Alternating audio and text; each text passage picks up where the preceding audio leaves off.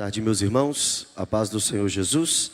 Deus abençoe a vida de vocês que estão aqui, Deus abençoe a vida de vocês que estão em casa. Estamos começando mais uma Escola Bíblica Dominical. Meu nome é Mateus Alves, tenho o privilégio e a responsabilidade de trazer o estudo desta tarde com o tema Santo dos Santos. Para isso, eu queria que você abrisse a Bíblia comigo, por gentileza, em Hebreus capítulo 9, a partir do versículo 11.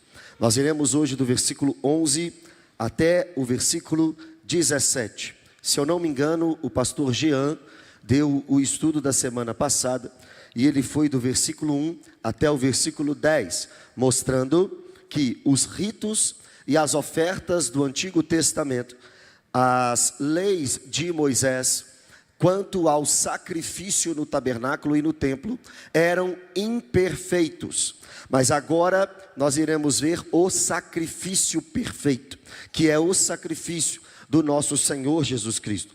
Aquilo que veio no Antigo Testamento era apenas sombra da realidade do sacrifício que aconteceu em uma cruz, lá em Jerusalém, às portas da cidade, 2024 anos atrás. Mas vamos orar antes da gente começar o nosso estudo. Pai, obrigado, Senhor, por esta tarde.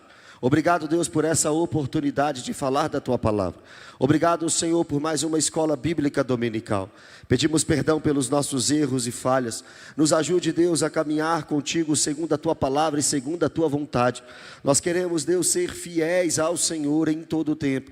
Fiel na Escritura, fiel no caminhar, fiel naquilo que o Senhor nos ordena. Então nos ajude, Deus, a caminhar segundo o Teu propósito. É o que eu te peço e te agradeço. Em nome de Jesus. Amém e amém. Hebreus capítulo 9, a partir do versículo 11, a Bíblia diz assim: quando porém veio Cristo como sumo sacerdote dos bens já realizados mediante o maior e mais perfeito tabernáculo, não feito por mãos de homens, quer dizer, não desta criação. Escuta comigo, meus irmãos, o que o texto está mostrando para nós agora é um contraponto.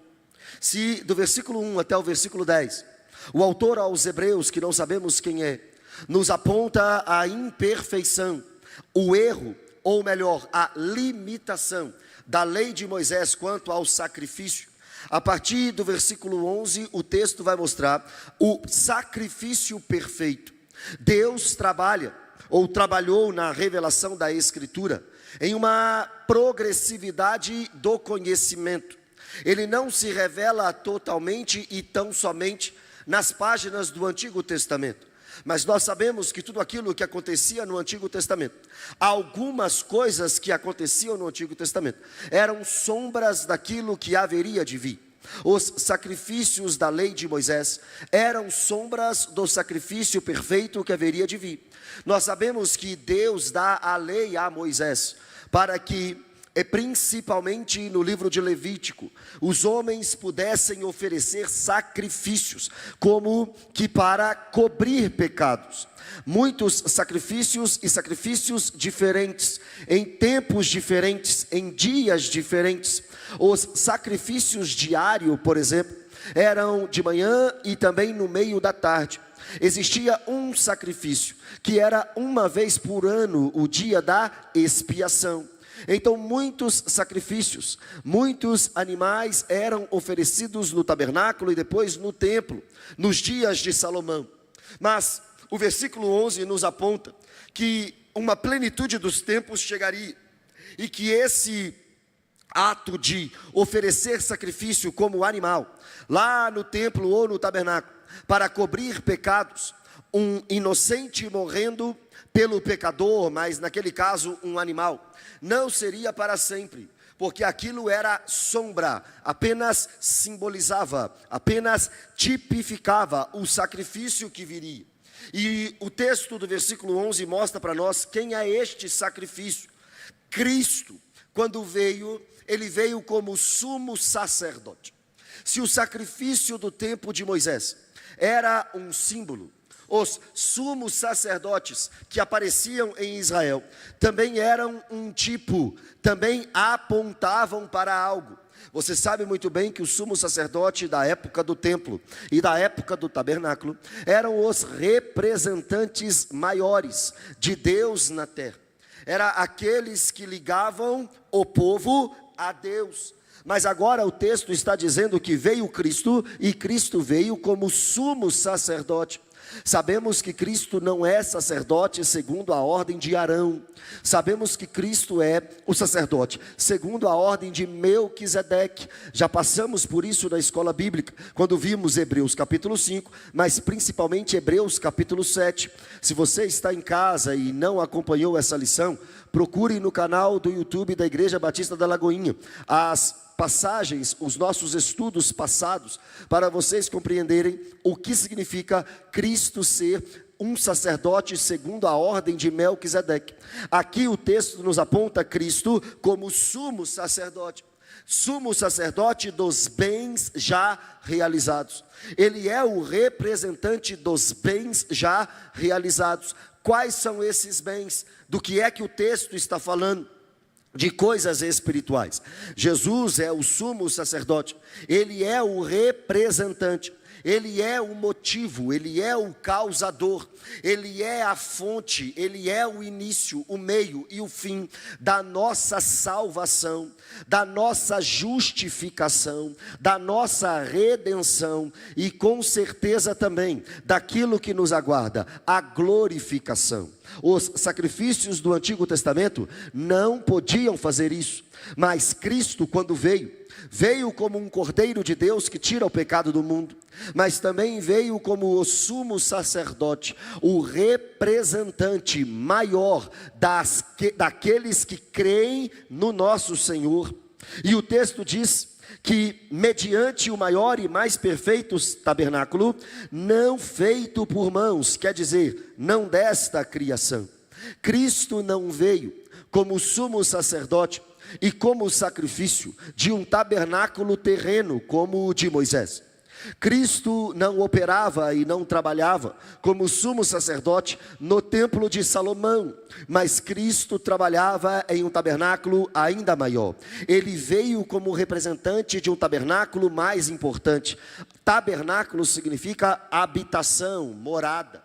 É por isso que o texto de João capítulo 1 diz que ele veio e tabernaculou entre nós, se fez carne e habitou entre nós. O Cristo que servimos é o sumo sacerdote, mas não do tabernáculo de Moisés, nem do templo. Ele é o sumo sacerdote do tabernáculo do céu, da habitação do céu. Você lembra muito bem que quando Deus mandou Moisés fazer o tabernáculo na terra, ele mandou fazer com aquilo que ele viu no céu. Moisés viu algo no céu. E Deus manda Moisés fazer na terra o que ele viu no céu. Este tabernáculo, essa habitação terrena, essa morada de Deus, é o tabernáculo pelo qual Cristo é o sumo sacerdote. O versículo 12 diz assim: não por meio de sangue de bodes e de bezerros, mas pelo seu próprio sangue, entrou no Santo dos Santos, uma vez por todas, tendo obtido eterna redenção. Aqui mais uma prova da superioridade do nosso Senhor Jesus Cristo, em relação a tudo o que acontecia no Antigo Testamento.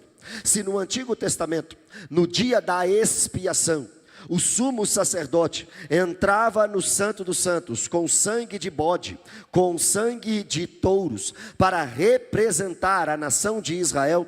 E se isso acontecia uma vez por ano, mas a cada ano, Cristo fez diferente e superior. No dia em que Cristo morreu naquela cruz, ele estava ali como sacrifício e também como sacerdote. Ele estava se oferecendo como sacrifício, mas ele era o sacrifício e era o representante do sacrifício. Se o sumo sacerdote todo ano tinha que entregar um animal, sangue de animal, lá no Santo dos Santos, Jesus fez isso apenas uma vez. E o texto diz que ele entra no Santo dos Santos, uma vez por todas, no céu.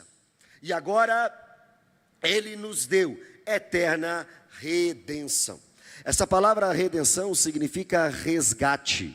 É o pagamento que alguém dava para recuperar um ladrão, ou então um escravo, ou um homem que foi preso, um homem que foi colocado em uma situação difícil. Aqueles que eram resgatados, eles tinham redenção.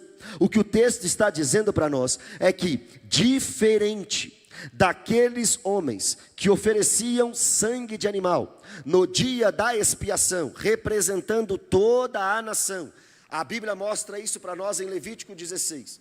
Diferente disso, o nosso Senhor Jesus não precisou repetir o seu sacrifício, porque ele entra de uma vez por todas no Santo dos Santos, no céu, glorificado, depois de morto, ressurreto, assunto aos céus, 40 dias depois de sua morte, e ali agora ele está à direita de Deus, nos representando, sendo o nosso advogado e sendo o nosso intercessor. E aqui na terra temos a certeza da nossa redenção. Sangue de bode não podia fazer isso. Sangue de touro não podia fazer isso. Sumo sacerdote humano não podia fazer isso.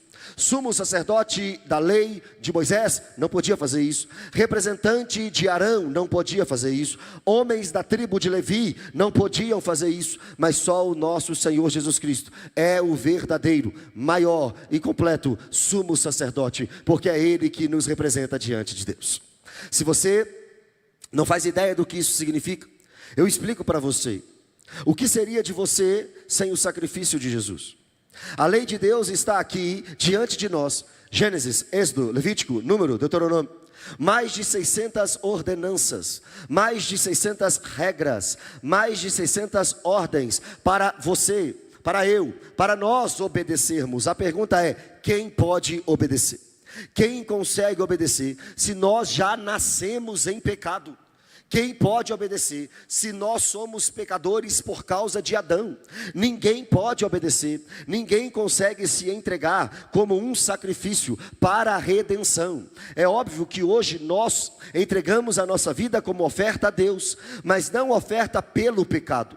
Você não consegue fazer nada para que Deus perdoe ou limpe o seu pecado. Só Cristo na cruz é capaz de fazer isso, porque o sangue de Jesus nos purifica de todo o pecado. Nós nos arrependemos, e para nos arrepender nós precisamos de Deus. Nós chegamos até o Pai, mas para chegar até o Pai nós precisamos de Cristo. Nós somos lavados e remidos pelo sangue de Jesus e não por sacrifício que nós fazemos nos dias de hoje. Jesus é o sumo sacerdote, entrou no céu, no Santo dos Santos, fez expiação pelo nosso pecado uma tão somente vez, e agora nós temos a redenção. É de graça? É de graça. É favor imerecido? É favor imerecido. Nós não merecíamos? Não. Nós mereceremos para sempre o inferno? Sim, mas Deus amou o mundo de tal maneira que deu o seu Filho unigênito para todo aquele que nele crê, não pereça, mas tenha a vida eterna. Mas para que nós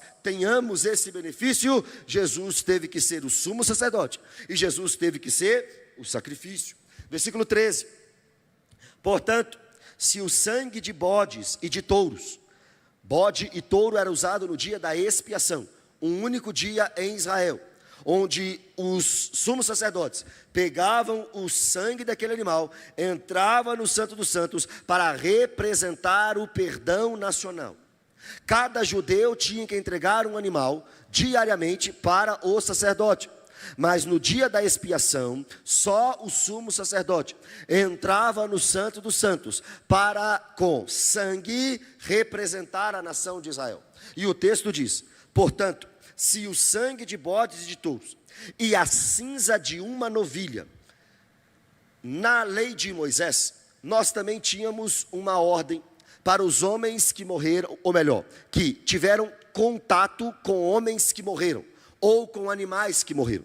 Se o homem tocasse em um cadáver, ele era considerado impuro, e ele só poderia ser puro novamente, só poderia ter contato com a sociedade novamente, se ele pegasse uma cinza de uma novilha. Uma novilha era morta em Israel e queimada. As cinzas da novilha fariam com que aquele homem que tocou em um cadáver fosse puro novamente. Se o sangue de bodes e de touros e a cinza de uma novilha, aspergidos sobre os contaminados, os santificam, quanto à purificação na carne, muito mais o sangue de Cristo. Se no Antigo Testamento, para ser purificado, aqueles homens precisavam de sangue de bode, sangue de touro e de cinza de novilha, e com aquele ritual eles eram considerados puros, quanto mais nós que reconhecemos e que cremos na ação do sangue de Cristo na nossa vida. É por isso que nós podemos cantar sem medo, alvo mais que a neve. Se neste sangue lavado, mais alvo que a neve serei. Você não tomou um banho, você não passou apenas por um ritual. Você, quando encontrou Cristo, ou quando foi encontrado por Ele, não recebeu simplesmente uma diminuição de pena. Você foi considerado justo, sem culpa diante de Deus, mas não pelos seus méritos, e sim pelo sangue do Cordeiro. O sangue de Jesus nos limpa, nos purifica, nos faz aceitos por Deus novamente. Isso é graça. Estávamos indo para o inferno, para a condenação eterna, porque é isso que a gente merece. Mas o sangue de Jesus derramado naquela cruz nos faz filhos de Deus novamente. Nada além do sangue, nada além do sangue que nos lava, que nos faz amigos de Deus. De fato, irmãos, o sangue de Jesus é o maior presente que recebemos. Ele não simplesmente te limpa pela metade, Ele não te limpa hoje e amanhã você está sujo. Ele te purificou uma vez por todas de todos os seus pecados. É por isso que hoje nós somos salvos, e nem a morte nem a vida, nem anjos nem principados, nem o presente nem o porvir, nem altura nem profundidade, nem qualquer outra criatura poderá nos separar do amor de Deus que está em Cristo Jesus, o nosso Senhor. Muito mais o sangue de Cristo, que pelo Espírito eterno a si mesmo se ofereceu sem mácula a Deus. Você sabe muito bem que em todo o ministério de Jesus, ele foi capacitado pelo Espírito Santo. Quando ele é batizado por João Batista, o Espírito desce como uma pomba até ele, e o Pai do céu brada: este é o meu Filho amado, a quem eu tenho prazer. Nós estamos falando da Santíssima Trindade trabalhando juntas. Nós estamos falando do Pai, do Filho e do Espírito Santo trabalhando no plano de salvação. O Espírito capacita o Filho, o Pai envia o Filho, e o Filho morre numa cruz por nós. Desse trabalho, desta obra maravilhosa, a nossa mente recebe prazer e gozo. Olha o texto: muito mais o sangue de Cristo, pelo Espírito eterno, a si mesmo se ofereceu, sem mácula a Deus, purificará a nossa consciência de obras mortas. Pelo sangue de Cristo, não pelo sangue de bode. Pelo sacrifício de Cristo, e não pelo sacrifício que fizeram com uma novilha e pegaram as cinzas dela. Não, pelo sacrifício de Cristo na cruz. O texto está dizendo que a nossa mente é purificada das obras mortas, das práticas do pecado. Irmão, bode, sacrifício, animal, não poderia fazer isso com aqueles ofertantes. Era apenas símbolo. Mas Cristo na cruz e o seu sangue limpa até a nossa consciência, limpa até a nossa forma de pensar. Talvez você diz: pastor, mas a minha mente é um campo de batalha. E eu digo para vocês: a minha também. Só que você precisa saber, e você precisa crer, que mesmo que sua mente esteja te condenando, hoje você é lavado e remido pelo sangue do Cordeiro. E a sua mente pode ser dia após dia limpa pela prática da palavra, limpa dia após dia pelo conhecimento da palavra. Nós temos regra, meus irmãos, até para o nosso pensamento. Finalmente, tudo que é verdadeiro, tudo que é respeitável, tudo que é justo, tudo que é puro, tudo que é amável, tudo que é de boa fama, se algum louvor existe, se alguma virtude há, nisso pensais. Talvez, pelo pouco conhecimento que temos, o nosso coração e a nossa mente se enchem de tristeza e talvez uma dúvida: será que eu sou salvo? Será que eu vou conseguir andar em santidade? Será que o meu Deus vai me aceitar e eu serei aceito por Ele? Primeiro, você não é aceito por Ele por coisas que você faz. Você é aceito por aquilo que Ele fez. O sangue derramado na cruz já limpa o seu coração e te faz uma nova criatura. A partir do momento que você crê no Senhor Jesus Cristo. Bode não podia fazer isso, touro não podia fazer isso, animais não podiam fazer isso, novilhas não podiam fazer isso, mas o sangue de Jesus na cruz te faz um novo ser, e purifica, e limpa a nossa consciência das práticas antigas. Aqui está o segredo para viver em santidade. As pessoas pensam que para andar em santidade, elas devem viver em uma autopenitência. Mas irmãos, você não consegue se santificar. Quem se santifica, quem transforma o seu caráter, é o Espírito Santo de Deus. É o sangue de Jesus e a consciência do sacrifício de Deus. Ao invés de se afastar de Deus, quando você errar, se aproxima dele. Porque se você não se aproximar dele, se você não correr para o sangue dele, se você não clamar auxílio ao Espírito Santo, como você vai se santificar? Sem dúvida alguma, nós temos responsabilidade na santificação. Nós é que fazemos morrer a nossa carne. Nós é que nos enchemos do Espírito, correndo com as regras de Paulo, falando entre vós com salmos, hinos e cânticos espirituais, dando graças a Deus no nome do nosso Senhor Jesus Cristo, sujeitando uns aos outros no temor a Cristo. É verdade. Mas a pergunta que eu faço para vocês é: qual é a fonte? Quem nos capacita a isso? Quem nos faz viver assim? Não somos nós, não temos essa capacidade.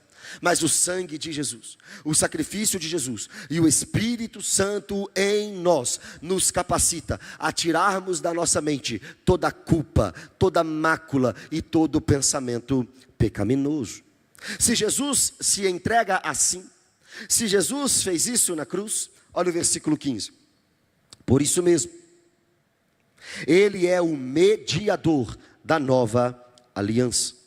Nós estamos em um novo pacto. Nós estamos em um novo acordo. A diferença maior entre a antiga aliança e a nova aliança é que agora a lei de Deus não está em uma tábua, mas a lei de Deus está em nosso coração. Uma das maiores diferenças da antiga e do Novo Testamento, da nova aliança e da antiga, é que o Espírito Santo agora habita em nós. E o Espírito Santo habitando em nós, ele nos guia a toda a verdade, a toda a palavra de Deus. Mas isso só é possível por causa do nosso mediador. 1 Timóteo capítulo 2, versículo 5. A Bíblia diz que só há um mediador entre Deus e o homem, e esse mediador é Jesus Cristo, homem. Mediador é aquele que está entre duas partes, unindo duas partes. Se não fosse o sacrifício de Jesus, você nunca poderia se achegar ao Senhor Deus. Você não tem capacidade em você, eu não tenho capacidade em mim para me achegar a Deus. Eu sou falho demais, eu sou pecador demais, eu erro demais, eu quero coisa errada demais, mas eu tenho um mediador que derramou o seu sangue por mim e que derramou o seu sangue por você. É de fato a fala de Paulo. Graças a Deus pelo nosso Senhor Jesus Cristo. Ele nos ligou novamente ao Pai. O texto de João, no capítulo 1, mostra para nós que ele veio para os que eram seus, mas eles não o receberam. Mas a todos quanto receberam, deu-lhes o poder de serem feitos filhos de Deus, a saber, os que creem no seu nome. Porque dele, por meio dele e para ele são todas as coisas. Tudo é por meio de Jesus. Ele é o nosso mediador. Qual o objetivo disso? A fim de que, intervindo a morte para a remissão das transgressões que havia sobre a primeira aliança, recebam a promessa da eterna herança aqueles que têm sido chamados. O objetivo de Jesus ser mediador é trazer remissão para nós, resgate para nós. A antiga aliança, a lei de Moisés, não é má. Paulo diz que ela é boa. Nós é que somos maus. E quando nós nos deparamos com a lei de Moisés, resumidas, por exemplo, nos 10 mandamentos, quando analisamos os 10 mandamentos e analisamos a nossa vida, percebemos, irmãos, que não conseguimos obedecer. É por isso que nós merecíamos a morte e a condenação eterna. Mas o texto está dizendo que Jesus se sacrificou, morreu para a remissão, para a redenção, para o resgate daqueles que foram chamados.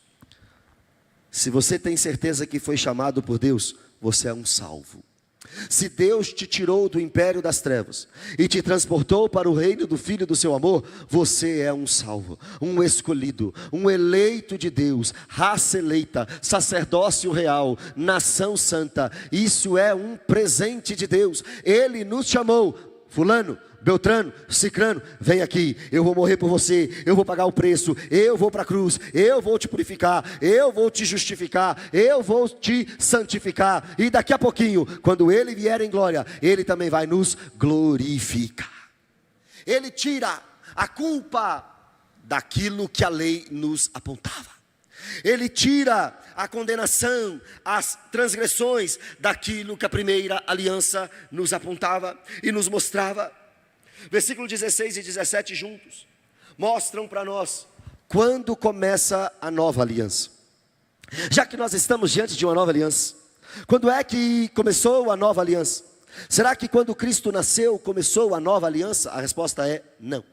Será que quando Cristo subiu à cruz, a nova aliança começou? A resposta é não. Será que quando Cristo foi batizado, a nova aliança começou? A resposta é não. Olha o 16 e 17. Porque onde há testamento, é necessário que intervenha a morte do testador.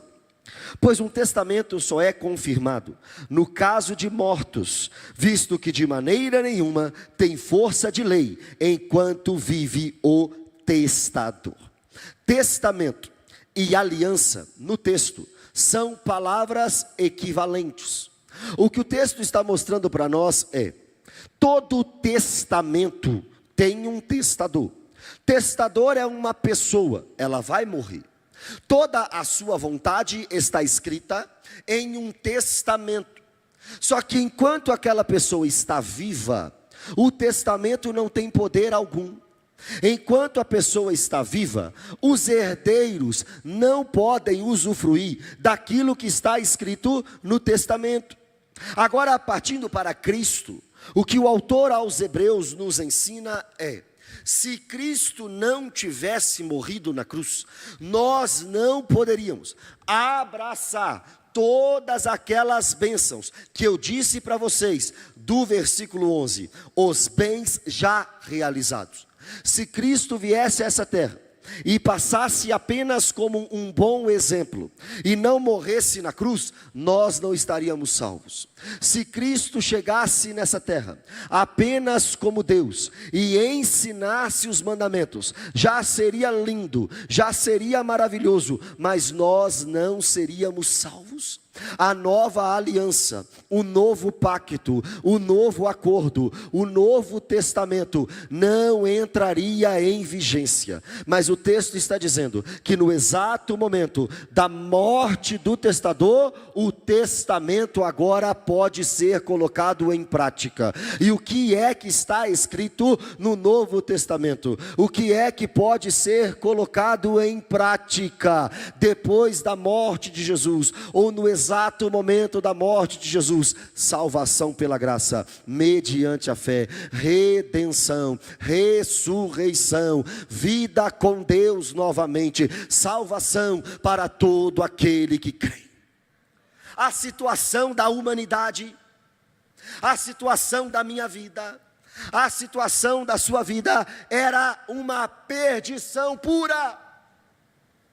Se Cristo não subisse à cruz, irmãos, pelos nossos méritos, passaríamos a eternidade no inferno, na condenação eterna. Se Cristo não tivesse naquela cruz dito: Pai, a ti entrego o meu espírito. Se Cristo naquela cruz não tivesse dito tetelestai, ou seja, está consumado, o que seríamos, o que faríamos, onde estaríamos? Mas o Novo Testamento, o novo pacto no sangue de Jesus, foi isso que ele diz na última ceia, nos livra, nos salva da condenação da antiga aliança. Não porque a antiga é má, ela é boa, mas nós é que somos falhos. Eu vou fazer um exercício com vocês. Nós temos na antiga aliança mais de 600 regras. Ninguém passa no crivo. Mas eu quero provar para vocês que nós não passamos no crivo nem de 10 simples mandamentos.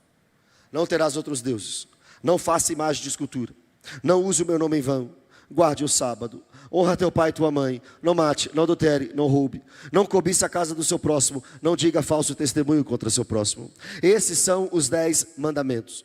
Os 10 mandamentos mostram para nós que nós não conseguimos obedecê-los. Imagina 600 regras, 600 ordenanças. Seria impossível para nós. Somos filhos de Adão. Pecamos, erramos e falhamos. Mas graças a Deus, porque o Novo Testamento foi aberto.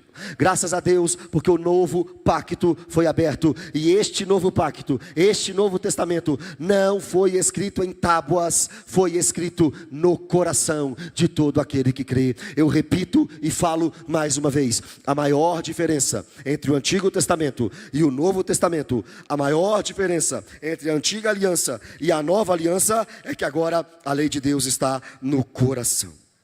Agora nós temos um novo coração. Agora o Espírito Santo habita em nós e nos faz caminhar, nos faz capacitar, nos faz dirigir a vida para a obediência e a santificação, sem a qual ninguém verá o Senhor. Tudo isso porque Jesus morreu na cruz. Quando a gente canta: sim, eu amo a mensagem da cruz, até morrer eu a vou proclamar, levarei eu também minha cruz, até por uma coroa trocar. Estamos falando exatamente isso. Na cruz se inicia um novo pacto. Na cruz começa uma nova aliança. E o sangue de bode era só símbolo. E o sangue de touro era só símbolo. E a novilha queimada era só símbolo. E o sumo sacerdote da parte de Arão era só símbolo. E Moisés era só símbolo. E o tabernáculo de Moisés, só símbolo. E o templo de Salomão, só símbolo. Mas agora nós temos o caminho, a verdade, a vida, a ressurreição e a vida. Jesus Cristo de Nazaré, como sumo sacerdote real e completo, que nos representa na cruz. Eu não sou perdoado por sangue de animal. Eu sou perdoado pelo sangue do Rei dos Reis e Senhor dos Senhores, derramado naquela cruz do Calvário. Graças a Deus por nosso Senhor Jesus Cristo. Amém, meus irmãos? A partir da semana que vem nós veremos Hebreus capítulo 9, a partir do versículo 18. É a continuação desta mensagem, mostrando para nós que o sacrifício de Cristo é eficaz para sempre. Sempre tenha algo em mente. O autor aos Hebreus, que não sabemos quem foi, tem um objetivo com a sua escrita: mostrar a superioridade de Jesus Cristo. Ele está escrevendo para um povo hebreu, ele está escrevendo para judeus, ele está escrevendo para um povo que sempre viveu nas ordenanças da lei de Moisés, mas que pelo sacrifício de Cristo precisaria mudar a sua mente, precisaria mudar o seu costume. Então, por causa disso, no livro de Hebreus, Cristo é superior aos anjos, superior a Moisés, superior a Arão. O seu sacrifício é superior aos sacrifícios do tabernáculo e do templo. Jesus está acima de tudo e acima de todos. Esta é a tônica aos Hebreus: dar glória a Deus, dar glória a Cristo e mostrar a sua superioridade. Amém? Será que a gente pode orar para a gente agradecer a Deus por esse estudo? Com seus olhos fechados, você que está aqui, você que está em casa. Pai, obrigado, Senhor, por mais uma escola bíblica dominical. Obrigado, Deus, pela oportunidade de aprendermos e falarmos um pouco mais do Teu sacrifício. O que seríamos ou o que faríamos, Deus, sem a cruz? Onde estaríamos sem a cruz? O que faríamos sem a cruz? Mas o Senhor derramou o seu sangue naquela cruz. Obrigado, Deus, pelo sangue derramado na cruz. O Senhor é maior do que Arão. O Senhor é maior do que os sacerdotes do Antigo Testamento. O Senhor é maior do que os profetas do Antigo Testamento. E confiamos em Ti, guardamos a nossa vida em Ti, confiamos no Teu sangue. Agradecemos pela redenção, agradecemos pelo resgate, Pai. Agradecemos porque o Senhor nos tirou do império das trevas. Continue, Deus, limpando os nossos corações, abrindo a mente dos meus irmãos, para que eles possam dia após dia aprender e conhecer da Tua palavra. É o que eu te peço e te agradeço em nome de Jesus. Amém e amém. Que Deus abençoe vocês que estão aqui, que Deus abençoe vocês que estão em casa, e até a próxima escola bíblica, se Deus assim permitir.